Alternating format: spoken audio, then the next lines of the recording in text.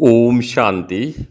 आज 31 मार्च 2026 के मंगलवार के प्रातः मीठी मीठी मधुवन मुरली के बाप दादा के मधुर ईश्वरीय महावाक्य सुनते हैं। मीठे मीठे प्यारे प्यारे बाप दादा ने कहा, मीठे बच्चे, उच्च पद पाना है तो सच्चे बाप के साथ सदा सच्चे रहो। कोई भी भूल हो तो बाप से क्षमा ले लो, अपनी मत पर नहीं चलो। मीठे बच्चे, उच्च पद पाना है तो सच्चे बाप के साथ सदा सच्चे रहो। कोई भी भूल हो तो बाप से क्षमा ले लो, अपनी मत पर नहीं चलो। प्रश्न है, कौन से लाल कभी छिप नहीं सकते हैं? उत्तर है, जिनका ईश्वरीय परिवार से प्यार है, जिन्हें रात दिन सर्विस का ही ओना रहता है। ऐसे सर्विसेबल जो फरमान बरदार और वफादार हैं, कभी भी मन मत पर नहीं चलते हैं, बाप से सच्चे और साफ दिल हैं, वह कभी भी छिप नहीं सकते हैं। गीत चला, तुम ही हो माता पिता, तुम ही हो बंधु सखा, तुम ही हो सब कुछ। ओम शांति। गीत में गारंटी किसकी थी? माता पिता के साथ बच्चों की गारंटी है कि बाबा हमारे तो एक आप हो, दूसरा न कोई। कितनी उच्च मंजिल है। ऐसे श्रेष्ठ बाप की श्रीमत पर कोई चले तो गारंटी है वर्षा जरूर ऊंचा पाएंगे। परंतु बुद्धि कहती है बड़ी ऊंची मंजिल देखने में आती है जो कोटों में कोई, कोई में कोई, सिर्फ माला के दाने बनते हैं। कहते भी हैं तुम मात पिता हम बालक तेरे, परंतु माया इतनी दुस्तर है जो कोई मुश्किल ही गारंटी पर चल सकें।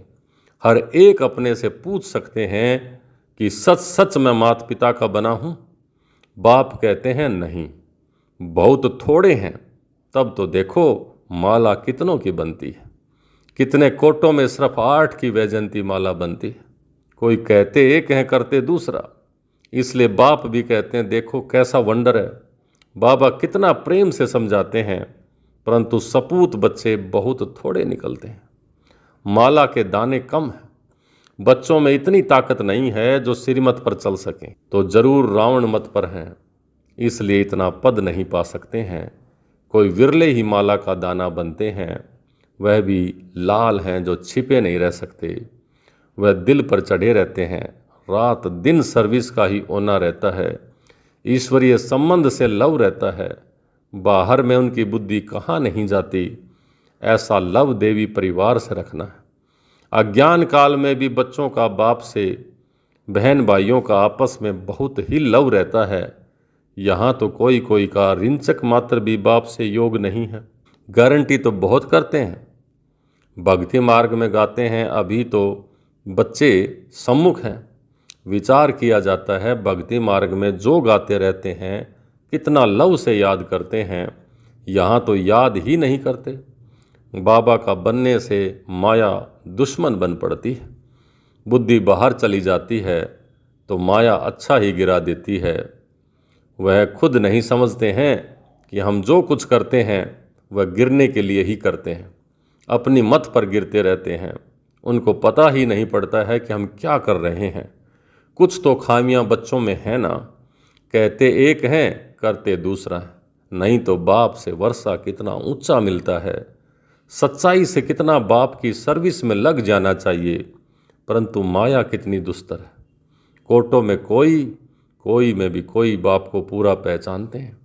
बाप कहते हैं कलप कलप ऐसे ही होता है।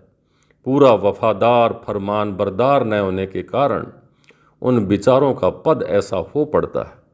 कहते भी हैं बाबा हम राजयोग सीख नर से नारायण, नारी से लक्ष्मी बनेंगे, राम सीता नहीं बनेंगे। हाथ भी उठाते हैं, परंतु चलन भी तो ऐसी चाहिए ना। बेअद का बाप वर्षा देने के लिए आए हैं, उनकी सिरमत पर कितना चलना चाहिए। बहुत हैं जिन्होंने कसम खाया हुआ है कि हम सिरमत पर नहीं चलेंगे। वह छिपे नहीं रहते। कोई की तकदीर में नहीं है तो देह अभिमान पहले थप्पड़ लगाता है, फिर है काम, काम नहीं तो क्रोध, लोभ, हैं तो सभी दुश्मन। मोह भी ऐसी चीज है जो बिल्कुल ही सत्यानाश कर देता है। लोभ भी कम नहीं है, बड़े कड़े दुश्मन हैं। पाई पैसे की चीज चोरी कर लेंगे, यह भी लोभ है ना। चोरी की बहुत गंदी आदत है। अंदर में दिल खाना चाहिए कि हम पाप करते रहते हैं तो क्या पद पाएंगे। शिव बाबा के यज्ञ में आकर बाबा के पास हम ऐसे काम करें, ये कैसे कर सकते हैं। माया बहुत उल्टे काम कराती है। कितना भी समझाओ फिर भी आदत मिटती नहीं है। कोई नाम रूप में फंस पड़ते हैं, दे अभिमान के कारण नाम रूप में भी आ जाते हैं। हर एक सेंटर का बाबा को सारा मालूम रहता है ना, बाबा भी क्या करे, अब समझाना तो पड़े। कितने सेंटर्स हैं, कितने बाबा के पास समाचार आते हैं, फिक्रात तो रहती है ना, फिर समझाना पड़ता है। माया कम नहीं है, बहुत तंग करती है। अच्छे अच्छे बच्चों को कहा जाता है, बड़ा कहाओ ना माना बड़ा दुख पाना। यहाँ तो दुख की कोई बात नहीं है। जानते हैं कल्प पहले भी ऐसे ही हुआ था। ईश्वर का बनकर फिर माया के वश हो जाते हैं, कोई न कोई विक्रम कर लेते हैं। तब बाप कहते हैं, प्रतिज्ञा तो बहुत बच्चे करते हैं कि बाबा हम आपकी सिरमत पर जरूर चलेंगे, परंतु चलते नहीं। इसलिए माला देखो कितनी छोटी बनती है, बाकी तो है प्रजा। कितनी बड़ी मंजिल है, इसमें दिल की बड़ी सफाई चाहिए। कहावत भी है, सच तो बीठो नच। अगर बाप के साथ सच्चा चलता रहे तो सतयुग में श्री कृष्ण के साथ जाकर डांस करेंगे। सतयुग में श्री कृष्ण का डांस ही मशहूर है। रास लीला राधे कृष्ण की ही दिखाते हैं, पीछे राम लीला दिखाते हैं, परंतु नंबर 1 में राधे कृष्ण की रास लीला है। क्योंकि इस समय वह बाप से बहुत ही सच्चे बनते हैं तो कितना ऊंचा पद पाते हैं। हाथ तो बहुत उठाते हैं, परंतु माया कैसी है, प्रतिज्ञा करते हैं तो उस पर चलना पड़े ना। माया के भूतों को भगाना है। दे अभिमान के पीछे सब भूत चटक जाते हैं। बाबा कहते हैं, देही अभिमानी बन बाप को याद करो, उसमें भी सवेरे सवेरे बैठ बातें करो, बाबा की महिमा करो। भक्ति मार्ग में भल याद करते हैं, परंतु महिमा तो कोई की है नहीं। श्री कृष्ण की याद करेंगे, महिमा करेंगे। माखन चुराया, उनको भगाया, अकासुर बकासुर को मारा, यह किया वह किया, बस और क्या कहेंगे। ये है सब झूठ, सच की रति नहीं। फिर रास्ता क्या बताएंगे। मुक्ति को ही नहीं जानते। इस समय सारे विश्व पर रावण का राज्य है, सब इस समय पतित हैं। मनुष्य भ्रष्टाचारी का अर्थ भी नहीं समझते हैं। यह भी नहीं जानते हैं कि सतयुग में निर्विकारी देवताएं थे, वो श्रेष्ठ थे। गाते भी हैं, सर्वगुण संपन्न 16 कला संपूर्ण संपूर्ण निर्विकारी, परंतु फिर भी कह देते हैं वहाँ भी रावण था, कंस जरासंध आदि थे। कहा जाता है पवित्र बनो, तो कहते हैं देवताओं को भी तो बच्चे आदि थे ना। अरे तुम गाते हो वो सर्वगुण संपन्न संपूर्ण निर्विकारी, फिर विकार की तो वहाँ बात कैसे हो सकती है। तुम भी निर्विकारी बनो तो कहते हैं फिर सृष्टि कैसे चलेगी, सृष्टि कैसे बढ़ेगी, बच्चे कैसे पैदा होंगे। मंदिरों में जाकर के महिमा गाते हैं, घर में आने से वह महिमा भी भूल जाते हैं। कहते हैं सृष्टि कैसे चलेगी, ये पाप की सृष्टि चलेगी नहीं, खत्म होगी। और जो चलेगी वो सतयुगी सृष्टि चलेगी, जो श्रेष्ठाचारी होगी, निर्विकारी होगी। बल तुम जांच करके देखो, घर में जाकर समझाओ तो मानेंगे नहीं। वहां की बात जैसे वहां ही रही। पवित्र बनने के लिए कहो तो कहेंगे वाह, इसके बगैर दुनिया कैसे चलेगी। उनको पता ही नहीं कि वॉइसलेस दुनिया कैसे चलती है, वो चलेगी। अब बच्चों ने गीत भी सुना, प्रतिज्ञा करते हैं तुम्हारी मत पर चलेंगे, क्योंकि सिरमत पर चलने में ही कल्याण है। बाप तो कहते रहते हैं सिरमत पर चलो, नहीं तो आखिरी मौत आ जाएगा। फिर ट्रिब्यूनल में सब बताना पड़ेगा। जो बाबा की धर्मराज की सभा बैठेगी उसके सामने सब बताना पड़ेगा। तुमने ही यह पाप किए हैं, अपनी मत पर चलकर फिर कलप कलप का दाग लग जाएगा। ऐसे नहीं कि एक बार फेल हुआ तो दूसरे तीसरे वर्ष में पढ़ेगा, नहीं, अभी नापास हुआ तो कलप कलप होता रहेगा। इसलिए पुरुषार्थ बहुत करना है, कदम कदम सिर मत पर चलो, अंदर कुछ भी गंध ना रहे, हृदय को शुद्ध बनाना है। नारद को भी कहा ना, अपनी शकल आईने में जाकर देखो, तो देखा तो बंदर मिसल है। यह एक दृष्टांत, एक उदाहरण है।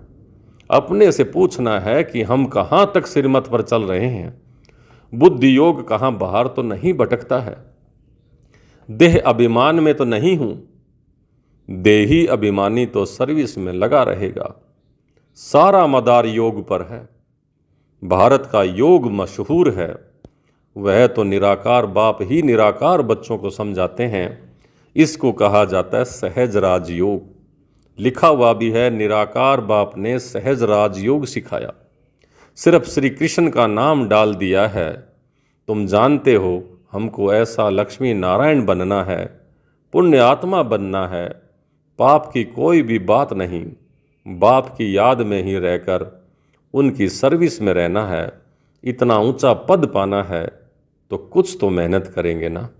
सन्यासी आदि तो कह देते हैं गृहस्थ व्यवहार में रह कमल फूल समान रहें, यह हो नहीं सकता, इसलिए घर छोड़ देते हैं। संपूर्ण बनने में बहुत फेल हो जाते हैं क्योंकि याद नहीं कर सकते हैं। अभी प्राचीन योग बाप ही सिखला रहे हैं। बाप कहते हैं योग तो मैं स्वयं ही आकर सिखलाता हूँ, अब मुझे याद करो, तुमको मेरे पास आना है। यह है याद की यात्रा। तुम्हारा स्वीट साइलेंस होम वह है। यह भी जानते हैं कि हम ही बाप से पूरा वर्षा पाएंगे, तो बाप बार बार समझाते हैं प्रतिज्ञा पर पूरे रहो। भूल हो जाती है तो बाप से क्षमा लेनी चाहिए। देखो, यह बच्चा क्षमा लेने के लिए खास बाबा के पास एक दिन के लिए आया है। थोड़ी भूल हुई तो भागा, क्योंकि दिल तो खाती है ना। तो समझा सम्मुख जाकर बाबा को सुनाऊं। कितना बाप के प्रति रिगार्ड है। बहुत बच्चे हैं जो इससे भी जास्ती विक्रम करते रहते हैं और पता भी नहीं पड़ता। हम तो कहते हैं वाह बच्चा बड़ा अच्छा है, थोड़ी सी भूल की, क्षमा लेने आया है। तो बाबा का हमेशा कहना है कि भूल बताकर क्षमा ले लो, नहीं तो वह पाप वृद्धि को पाते रहेंगे, फिर गिर पड़ेंगे। मुख्य योग से ही बच सकेंगे, जिस योग की बहुत कमी है। ज्ञान तो बहुत सहज है। यह तो जैसे एक कहानी है कि आज से 5000 वर्ष पहले किसका राज्य था, कैसे राज्य किया और कितना समय किया, फिर राज्य करते करते कैसे विकारों में फंसे। कोई ने चढ़ाई नहीं की, चढ़ाई तो बाद में जब वैश्य बने तब हुई है। उन्हों से तो रावण ने राज्य छीना, तुम फिर रावण पर जीत पाकर राज्य लेते हो। यह भी किसी की बुद्धि में मुश्किल से बैठता है।